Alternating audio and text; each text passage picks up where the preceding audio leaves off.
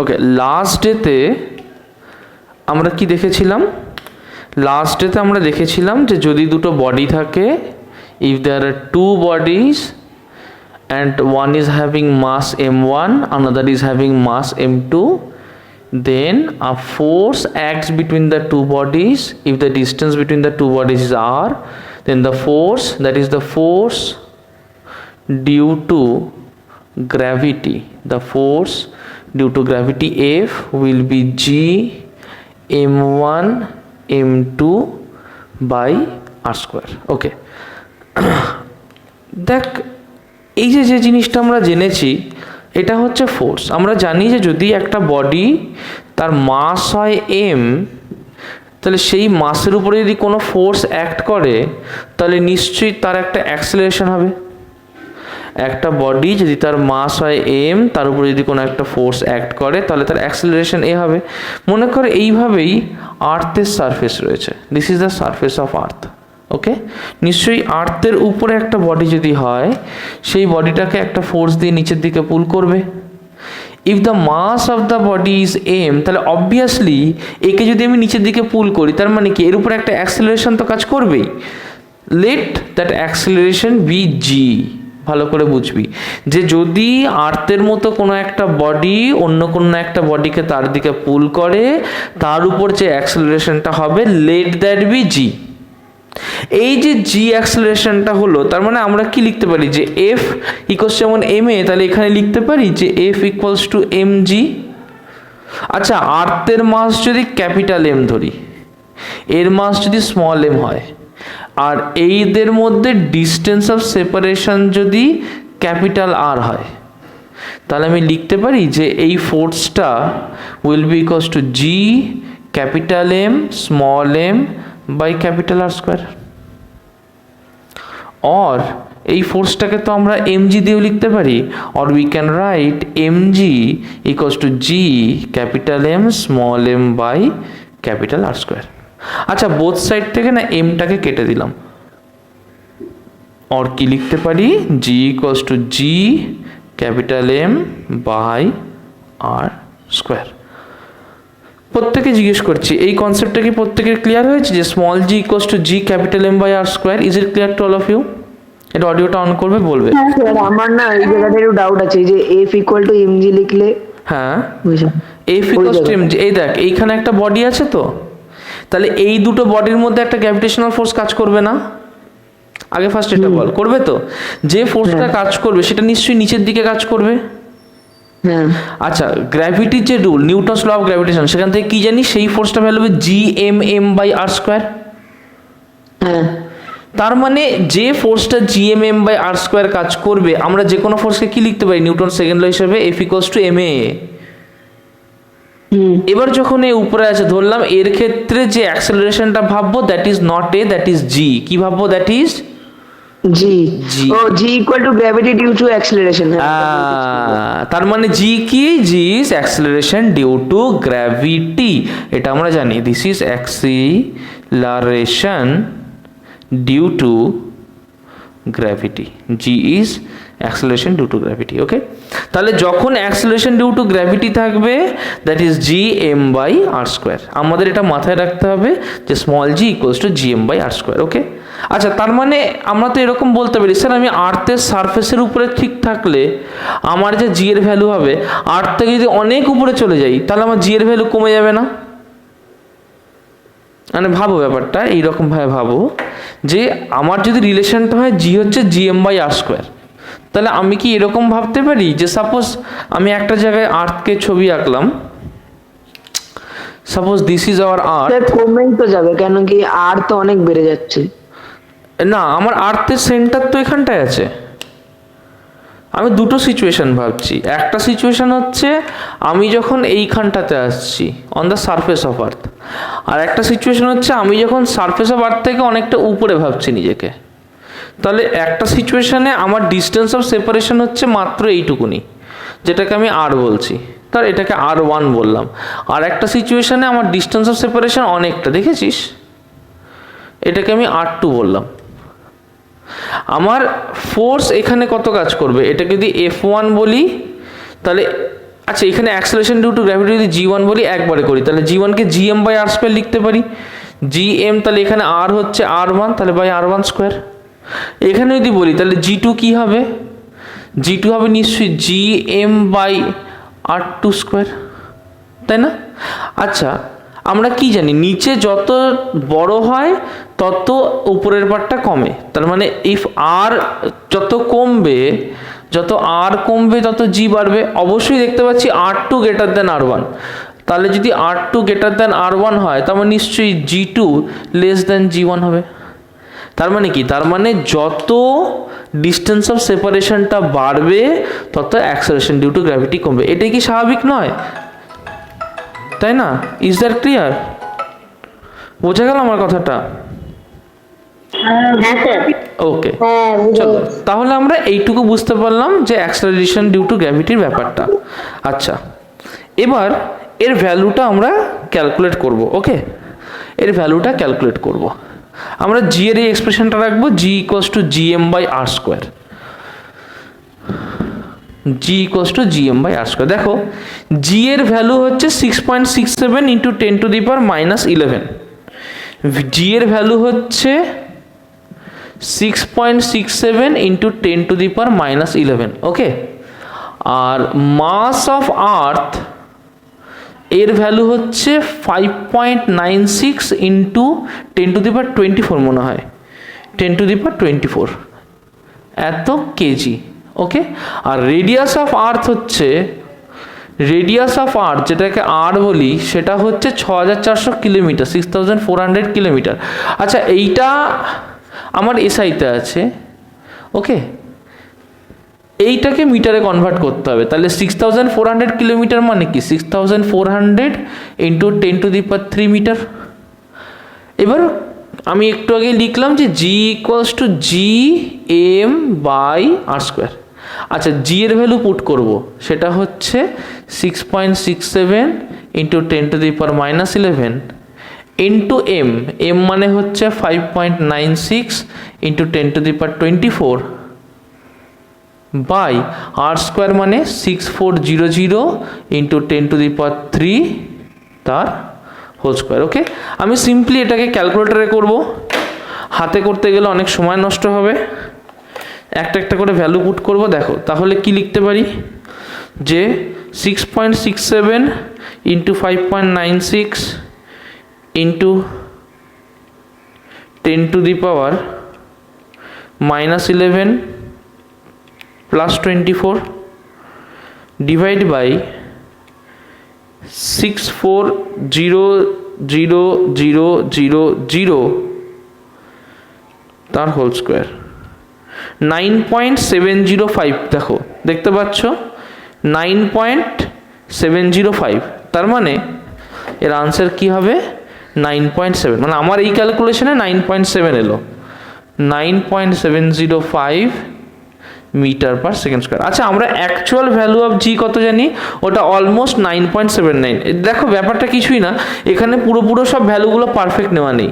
এটা যেমন 6400, এটা অ্যাকচুয়ালি 6300 সামথিং হয়। তো সুতরাং যদি পারফেক্ট সব ভ্যালুগুলো নিতাম তাহলে মোটামুটি 9.78 এর কাছে আসতো। ওকে, এইটুকু কি সবাই বুঝতে পেরেছো? আচ্ছা কারোর যদি কোনো ডাউট থাকে আমাকে বলবে। হ্যাঁ স্যার। ওকে চলো নেক্সট করি, যে আমরা একটু দেখব যে ধরো অ্যাক্সেলারেশন ডিউ টু গ্র্যাভিটির যে কথাটা বলছি, সেই অ্যাক্সেলারেশন ডিউ টু গ্র্যাভিটি বলতে আমরা অ্যাকচুয়ালি কি বুঝি একটু আগে আলোচনা করেছি, এখন আরেকটু এক্সপ্লেন করে দিচ্ছি। দেখো যখন আমরা অ্যাক্সেলারেশন ডিউ টু গ্র্যাভিটি নিয়ে ভাবছি তখন আমরা কি লিখছি, যে জি equals to G M by R square, এটা লিখছি না? আচ্ছা আমার যদি এটা সারফেস অফ আর্থ হয়, আমি দুটো জিনিসকে ড্রপ করছি, একটা স্টোনকে ড্রপ করতে চাইছি আর একটা ফেদারকে ড্রপ করতে চাইছি। স্টোনের মাস ধরো 100 কেজি, ফেদারের মাস ধরো 10 গ্রাম। ওকে, তাহলে আমাদের দেখে কি মনে হয় যে যদি আমরা স্টোন আর ফেদারকে ড্রপ করি, স্টোনটা অবভিয়াসলি আগে পড়ে, ফেদারটা একটু পরে পড়ে। কিন্তু আমার জি এর এক্সপ্রেশন বলছে যে এখানে কোনো এই ছোট বডির মাসের কথা কিছু বলা নেই। এখানে কার কার মাস আছে, এখানে ক্যাপিটাল এম আছে যেটা হচ্ছে মাস অফ আর্থ, এখানে জি আছে যেটা কনস্ট্যান্ট, আর যেটা রেডিয়াস অফ আর্থ। আমার এখানে বডি মাসের কিছু কথা বলেইনি। এটা কি তাহলে ভ্যাকিউমে বের করবে? এটা অবশ্যই ভ্যাকিউমে। তার কারণ হচ্ছে আমরা যদি ভ্যাকিউমে একটা স্টোন আর একটা ফেদারকে ফেলি, তারা একসাথে পড়বে।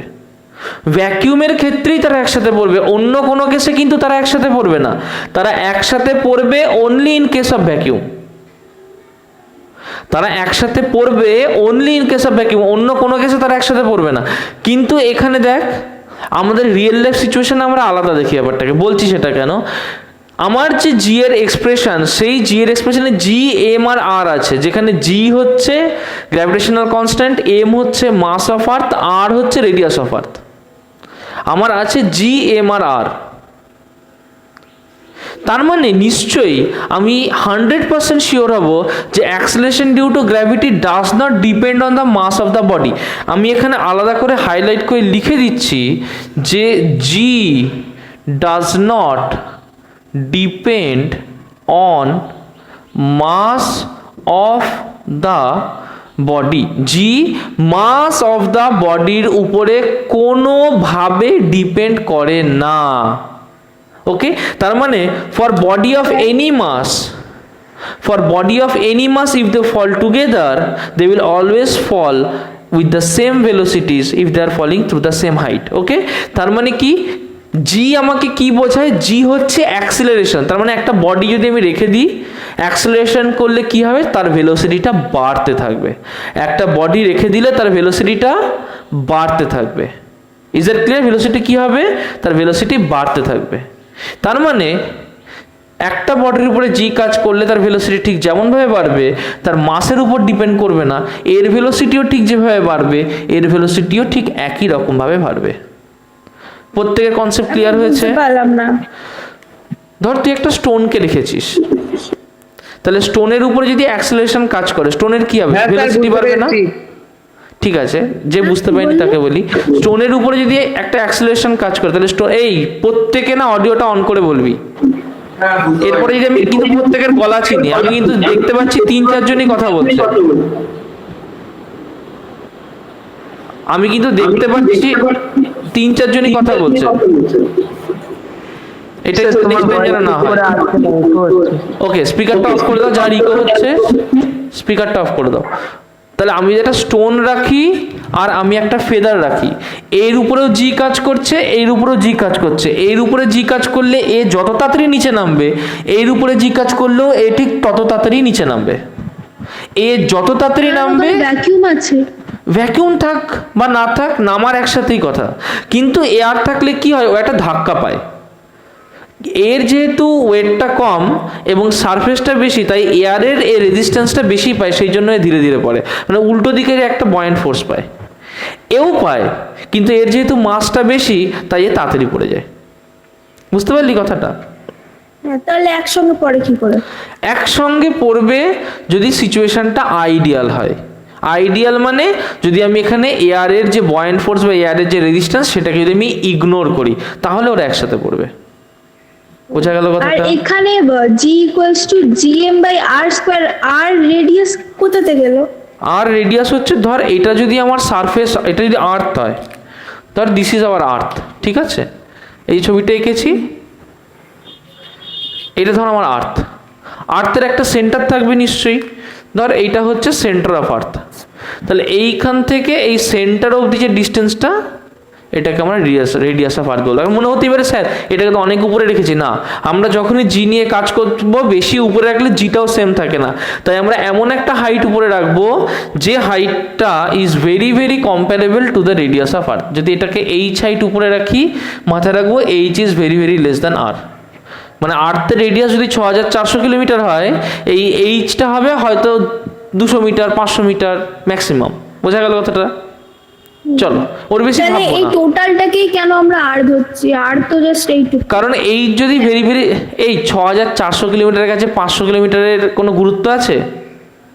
না ও বুঝতে পেরেছিস? 6400 কিলোমিটারের কাছে 500 মিটার, তার কোনো ভ্যালুই নেই, হাফ কিলোমিটার।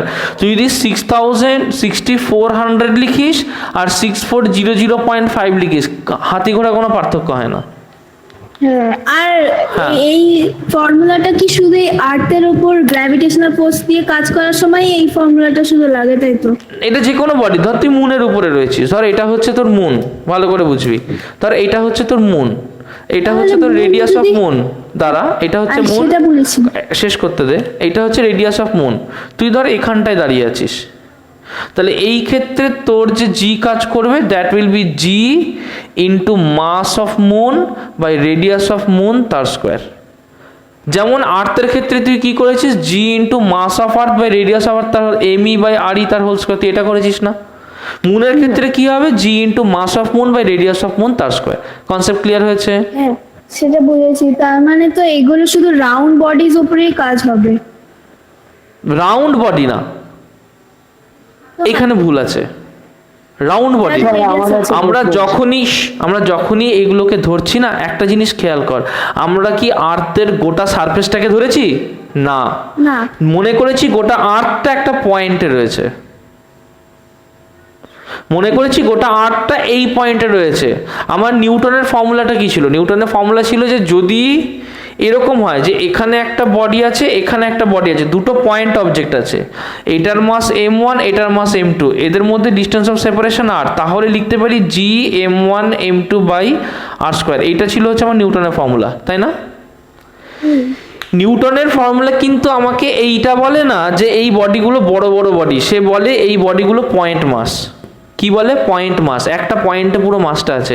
এই আর্থকেও যদি আমরা ইমাজিন করি, ধরে নেব যে আর্থের টোটাল মাসটা আছে এই পয়েন্টে, এবং এই পয়েন্টে টোটাল মাসটাকে রেখে আমি তারপরে হিসেব করছি। নাও হিয়ার কামস দি ডিফারেন্স, যে এই পয়েন্টে টোটাল মাসটাকে রেখে আমি হিসেব করছি বলে আমি এই জি mm বাই আর স্কোয়ার এই ফর্মুলাটা ইউজ করতে পারছি। মনে কর যদি আর্থ আমার স্কোয়ার শেপের হতো, আমি জানি না, ধর যদি মনে করি আমার আর্থ স্কোয়ার শেপের হতো, তাহলেও আমি এই পয়েন্টটাকেই তার দুটো ডায়াগোনালের কাট পোর্শন বা সেকশন ভাববো, পয়েন্ট সেকশন, সেখান থেকে যে মাসটা হবে সেটা। এরকম কোনো ব্যাপার নেই যে একদম আমাকে এরমভাবেই ভাবতে হবে যে রাউন্ড অবজেক্ট ছাড়া হবে না। আমি আর তুই সামনাসামনি থাকলে আমাদের মধ্যে একটা গ্র্যাভিটেশনাল অ্যাট্রাকশন কাজ করবে, বোঝা গেল? একটা বোতল আর একটা পেন্সিল পাশে থাকলেও তাদের মধ্যে গ্র্যাভিটেশনাল অ্যাট্রাকশন কাজ করবে। তার মানে it does not depend on the structure of the body.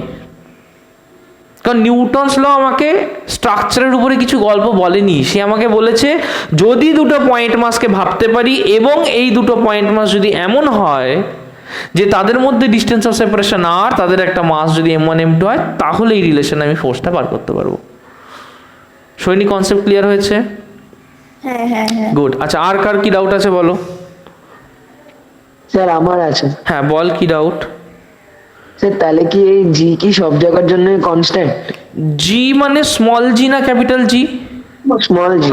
Small জি কেন সব জায়গার জন্য কনস্ট্যান্ট হবে? আর এর ভ্যালু যত চেঞ্জ হবে তত জি এর ভ্যালু চেঞ্জ হবে। কিন্তু তুমি তো বললা যে আর এর ভ্যালু এই যে যদি রাউন্ড অফ করি আর এর ভ্যালু তাহলে 6400। কোন সিচুয়েশনে? যখন আর কে জি এর ভ্যালু আর কে মাস অফ রেডিয়াস অফ আর্থের সমান ধরছি। কিন্তু যদি আমি আর কে রেডিয়াস অফ আর্থের সমান না ধরি, মনে করি যে নিচ থেকে 300 কিলোমিটার উপরে চলে গেছে, 300 কিলোমিটার কি 6400 কিলোমিটারের কাছে নেগলিজিবল না? বোঝা গেল কথাটা? কখন ইগনোর করব? যখন আমি 500 মিটার উপরে আছি, 600 মিটার উপরে আছি, 200 মিটার উপরে আছি, 50 মিটার উপরে আছি, এই সময় ইগনোর করব।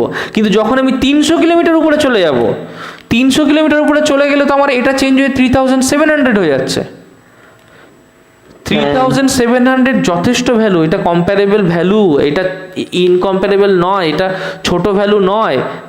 বুঝতে পেরেছিস? 300 কিলোমিটার 6400 কিলোমিটারের কাছে একটা বড় ভ্যালু। কনসেপ্ট ক্লিয়ার হয়েছে? এই সময় আমি ইগনোর করব না, এই সময় জি এর ভ্যালু আমার চেঞ্জ হয়ে যাবে। এইরকম আমাদের দেবে না তো? হ্যাঁ, আমরা যখন অ্যাটমসফিয়ারটাকে তুমি ছাড়ি, তো এইটাও লিখলা যে H very very less than. হ্যাঁ আমরা সেই সিচুয়েশনের জন্য আর লিখবো যখন এই যে হাইটটা ধরছি সেটা ভেরি ভেরি লেস দ্যান আর। যদি তা না হয়, যদি এমন হয় যে হাইটটা কম্পারেবল টু আর, তাহলে এখানে এটাকে মডিফাই করে আমি লিখবো যে জি equals to G M M by R plus H তার হোল স্কোয়ার। কনসেপ্ট ক্লিয়ার হয়েছে? মানে G M by R plus H তার হোল স্কোয়ার। কনসেপ্ট ক্লিয়ার হয়েছে? না বুঝতে পারলে বলবি, কোনো পার্টে যদি সমস্যা থাকে আমাকে বলবি। ওকে চলো, আচ্ছা নাও আমরা কি করছি দেখো, যে ধরো একটা বডি এখান থেকে নিচের দিকে পড়ছে। ওকে, কোথায় পড়ছে? পড়ছে on the surface of earth. This is the earth surface. যে সিচুয়েশনটা ইমাজিন করছি, যখন এটা একটা ফ্রি ফল হচ্ছে, এই সিচুয়েশনটাকে বলে ফ্রি ফল। ফ্রি ফল মানে কি? ফ্রি ফল মানে একটা situation when its initial velocity u equals 0। যখন ইনিশিয়াল ভেলোসিটি u 0 হবে তখন সেটাকে আমরা বলবো ফ্রি ফল। দেখো আমাদের ইকুয়েশন অফ মোশনগুলো আমরা জানি, কি জানি? v equals to u plus at, s equals to ut plus half at square, v square equals to u square plus 2as, এগুলো আমরা জানি। u যখন 0, আর মাথায় রাখবে acceleration due to gravity always acts towards the downward side. তার মানে acceleration due to gravity কি? এটাও একটা অ্যাক্সেলারেশন। তাহলে এই ক্ষেত্রে ইউ এর জায়গায় 0 হবে আর এর জায়গায় কি বসবে? জি। তাহলে এটা মডিফাই করে কি লিখতে পারি? দেখো লিখতে পারি v ইকুয়ালস টু জিটি, আবার এখানে ইউ এর জায়গায় 0, তাহলে ইউটি কত হলো? 0। তাহলে এস ইকুয়ালস টু হাফ, এর জায়গায় বসাবো জি, তাহলে হাফ জি টি স্কোয়ার। আবার দেখো v square equals to u যদি 0 হয়, ইউ স্কোয়ারও কি হবে? 0। তাহলে 0 প্লাস 2, এর জায়গায় বসাবো জি 2gs। ওকে, আচ্ছা এটা হলো in case of free fall. আসবো আমরা নেক্সট সিচুয়েশনে, সিচুয়েশন 2। এটা হচ্ছে in case of not a free fall but fall on ground. গ্রাউন্ডের উপরে পড়ছে কোনো একটা হাইট থেকে, ধরো এই হাইট থেকে গ্রাউন্ডের উপরে পড়ছে, ধরো জি নিচের দিকেই কাজ করছে আর এর ইনিশিয়াল ভেলোসিটি কিছু একটা ইউ রয়েছে, ইউ ইজ নট 0, কিছু একটা ইউ ইনিশিয়াল ভেলোসিটি রয়েছে। ওকে, তাহলে কি হবে? তাহলে যদি এটা অন দ্য সারফেস অফ আর্থ হয়, তাহলে আমার এখানে যে ইকুয়েশনগুলো লিখেছিলাম সব সেম থাকবে, শুধু এর জায়গায় হবে জি। অর কি হবে? v equals to u plus gt s ut plus half gt square v square equals to u square plus 2gs। আচ্ছা, করবো আমরা third case, last case and the conceptual case. এই কেসটা বেশ কনসেপচুয়াল, আমাদেরকে একটু কনসেপ্ট দিয়ে বুঝতে হবে। কেস নাম্বার 3, এটা ফল হচ্ছে না, এটা কি হচ্ছে? আমি ওটাকে ছুড়ে দিয়েছি উপরে, তার মানে it is rising away from the ground. Okay, এর কি হচ্ছে? একে আমি গ্রাউন্ড থেকে উল্টো দিকে ছুড়ে দিয়েছি। ইট ইজ রাইজিং ভার্টিক্যালি আপ। ধরো ওকে আমি ইউ ভেলোসিটি নিয়ে ছুড়েছি, তাহলে এটা হচ্ছে rising up, vertically upwards, rising vertically upwards. Okay, দেখো ওকে যদি আমি একটা ইউ ভেলোসিটি দিয়ে উপর দিকে ছুড়ে দিই, তাহলে দেখো ডাইরেকশন অফ ভেলোসিটি উপর দিকে, কিন্তু direction of acceleration due to gravity নিচের দিকে। তার মানে এ সেইখানে বসাবো মাইনাস জি আর ইউ সেখানে বসাবো ইউ।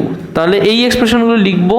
তাহলে v equals to u plus at, s equals to ut plus half at square, v square equals to u square plus 2as। কি করব? প্রথমে আমি এর জায়গায় বসাবো হচ্ছে মাইনাস জি, তাহলে প্রতিটা এর জায়গায় কি বসাবো? মাইনাস জি, বাকি সবগুলো এক থাকবে। তাহলে আমার নতুন এক্সপ্রেশন কি হবে? V equals to u minus g t, s equals to ut minus half gt square, v square equals to u square minus 2gs। বুঝতে পেরেছো প্রত্যেকে? কারোর যদি কোনো ডাউট থাকে আমাকে বলো, কারোর যদি কোনো ডাউট থাকে বলো। ওকে, কোনো ডাউট না। নেক্সট আমরা করব মাস অ্যান্ড ওয়েট। এটা আমরা সবাই জানি, বহুবার করেছি, এটা বোঝানোর সেরকম কিছু নেই। মাস অ্যান্ড ওয়েট, মাস হচ্ছে একটা inherent property of a body, যেটা সব জায়গাতে সেম থাকবে। It is irrespective of time and place. Mass is a fundamental property. It is a fundamental property. আমরা মাস কাকে বলি? মাস is the amount of substance contained in a matter. একটা ম্যাটারের মধ্যে যতটা অ্যামাউন্ট অফ সাবস্টেন্স আছে আমরা সেটাকে মাস বলবো। আর কি, মাস হচ্ছে একটা ফান্ডামেন্টাল প্রপার্টি। তুমি আর্থের সারফেসে ভাবো, তুমি মুনের সারফেসে ভাবো, তুমি অন্য কোনো জায়গার কোনো সারফেসে ভাবো, তুমি যেখানেই ভাববে সেখানেই যে fundamental property of a body পাবে, দ্যাট ইজ মাস। একদম চোখ বন্ধ করে দ্যাট ইজ মাস। কিন্তু তুমি যেই আর্থের সারফেস আর মুনের সারফেসে দেখবে একটা জিনিস পাল্টে যাবে, দ্যাট ইজ ওয়েট। সো মাথায় রাখবে, weight is not a fundamental property, not fundamental. Okay, দেখো mass does not depend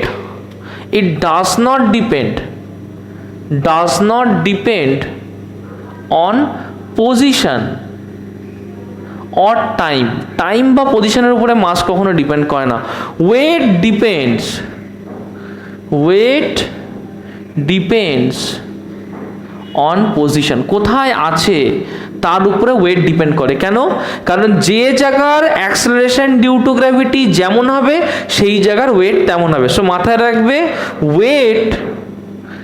wait হচ্ছে actually force with which earth pulls a body. Earth শুধু না, with which any mass pulls a body. ঠিক আছে, তাহলে আর্থের উপরে ওয়েট মানে কি? আর্থের উপরে ওয়েট মানে যে ফোর্স দিয়ে আর্থ তাকে পুল করছে। ক্লিয়ার? মুনের উপরে ওয়েট মানে কি? মুনের উপরে ওয়েট মানে যে ফোর্স দিয়ে মুন তাকে পুল করছে। অবভিয়াসলি মুন তাকে লেস ফোর্স দিয়ে পুল করবে, আর্থটাকে মোর ফোর্স দিয়ে পুল করবে। তাহলে এফ অন আর্থ আর এফ অন মুন, নিশ্চয়ই F earth must be greater than F moon. Concept clear হয়েছে প্রত্যেকের? Is it clear to all of you? অডিওটা অন করে বলবে। আমি শুধু সুপ্রতি, ভাস্বতী কয়েকজনের গলা শুনতে পাচ্ছি। ওকে, গুড। আচ্ছা, এবার আমরা যেটা করব, যে এক্সপ্রেশন অফ ওয়েট। দেখো, ওয়েটকে আমরা দুভাবে বলতে পারি। এক তো নিউটনে বলতে পারি, আর নয়তো গ্রাম ফোর্স, কিলোগ্রাম ফোর্সে বলতে পারি। ওকে, ধরো একটা 1 কেজির বডি আছে, তাকে আর্থ পুল করেছে, তাহলে কতটা ফোর্স কাজ করবে? নিশ্চয়ই 1 kg into 9.8 metre per second square. তাহলে এটাকে খুব সহজে 9.8 নিউটন বলতে পারি। আবার আমরা এটাকে কিলোগ্রাম ফোর্সও বলতে পারি। কিরমভাবে? যে ফোর্স দিয়ে আর্থ একটা বডিকে পুল করে, দ্যাট ইজ 1 kgf। তার মানে নিশ্চয়ই 1 কেজি ইন্টু এফ, যে ফোর্স দিয়ে আর্থটাকে পুল করছে, গ্র্যাভিটেশন ইউনিটে বলতে পারি। আচ্ছা, যদি এটা কেজি না হয়ে আমি এটাকে গ্রামে করতাম, মানে যদি ইমাজিন করি যে আর্থের উপরে একটা বডি পড়ছে যার মাস হচ্ছে 1 গ্রাম, আমরা জানি তাহলে এর ফোর্স কি করে বার করব? নিশ্চয়ই 1 গ্রাম ইন্টু 980 সেন্টিমিটার পার সেকেন্ড স্কোয়ার। তার মানে নিশ্চয়ই 980 গ্রাম centimetre per second square, that is 980 ডাইন। ওকে, আবার এটাকে যদি গ্র্যাভিটেশনাল ইউনিটে লিখি তাহলে কি লিখবো? 1 গ্রাম ফোর্স। তার মানে কি নিশ্চয়ই 1 gram into force with which earth pulls it. ঠিক আছে, আমরা গ্র্যাভিটেশনাল ইউনিট অলরেডি আগে করেছি, আমাদের ওয়েট আর মাস বুঝতে কোনো অসুবিধা হবে না। তোমরা এটা কি বুঝতে পেরেছো যে ওয়েট ডিপেন্ডস অন পজিশন। চাঁদে একরকম ওয়েট, আর্থে একরকম ওয়েট, জুপিটারে একরকম ওয়েট। যত বড় বডি, যত ম্যাসিভ বডি হবে তত তার ওয়েট বাড়বে, যত ছোট বডি হবে তত তার ওয়েট কমবে। কিন্তু মাস, সেটা যেখানেই হোক, বড় বডি ছোট বডি যেখানেই হোক, mass will always be same. Concept clear হয়েছে প্রত্যেকের? প্রত্যেকের কনসেপ্ট ক্লিয়ার হয়েছে? ওকে, চলো। আচ্ছা, আমরা এটা জানি যে মাস, আচ্ছা বলতে পারবে মাস কি দিয়ে মেজার করা হয়? মাস কি দিয়ে মেজার করি? Sir, beam balance. Good, mass is measured using beam balance. Weight কি দিয়ে মেজার করা হয়? Spring balance. গুড। আচ্ছা বলতো, মাসের এসআই ইউনিট কি? SI unit of mass kg। kg SI unit kg। CGS unit কি? CGS unit কি? গ্রাম। গ্রাম। আচ্ছা বলতে SI unit of weight কি? SI unit newton newton. বলতো সিজিএস ইউনিট অফ ওয়েট কি হবে তাহলে? 9 গুড। বলতো বলতো বলতো বলতো gram gravitational unit of kgf weight কি হবে? কেজিএফ। ওকে, আচ্ছা চলো তাহলে এইটুকু বুঝতে পারলাম। আচ্ছা বলতো যে ওয়েট যদি ফোর্স হয় আর মাস যদি ইনহেরেন্ট প্রপার্টি অফ বডি হয়, কে ভেক্টর কে স্কেলার? ওয়েট ভেক্টর মাস স্কেলার গুড, ওয়েট ভেক্টর মাস স্কেলার। কারণ দেখ ওয়েটের সবসময় একটা ডাইরেকশন আছে, ও একটা অ্যারো দিয়ে কাজ করে, মাসের কিন্তু কোনো অ্যারো নেই। Weight acts in a direction, mass কিন্তু যেখানে রাখবি mass will be same. Is that clear? আচ্ছা চলো তাহলে আজকে আমাদের, হ্যাঁ বল। ওকে চলো তাহলে আমাদের চ্যাপ্টার 3E কমপ্লিট হয়ে গেল। Next day we will start chapter 4। তাহলে আজকে এখানেই থাকলো, সমস্ত এক্সারসাইজ পাঠিয়ে দেবে। গুনগুন রাইমার চ্যাপ্টারের যে এক্সারসাইজগুলো পাঠিয়েছিলাম সেগুলো আমাদের সেন্ড করে দেবে। চ্যাপ্টার 1 একটু বাকি আছে না? চ্যাপ্টার 1টা যখন আমরা অফলাইন পড়বো দেন উই উইল কমপ্লিট, কারণ ওটার প্র্যাকটিক্যাল হবে।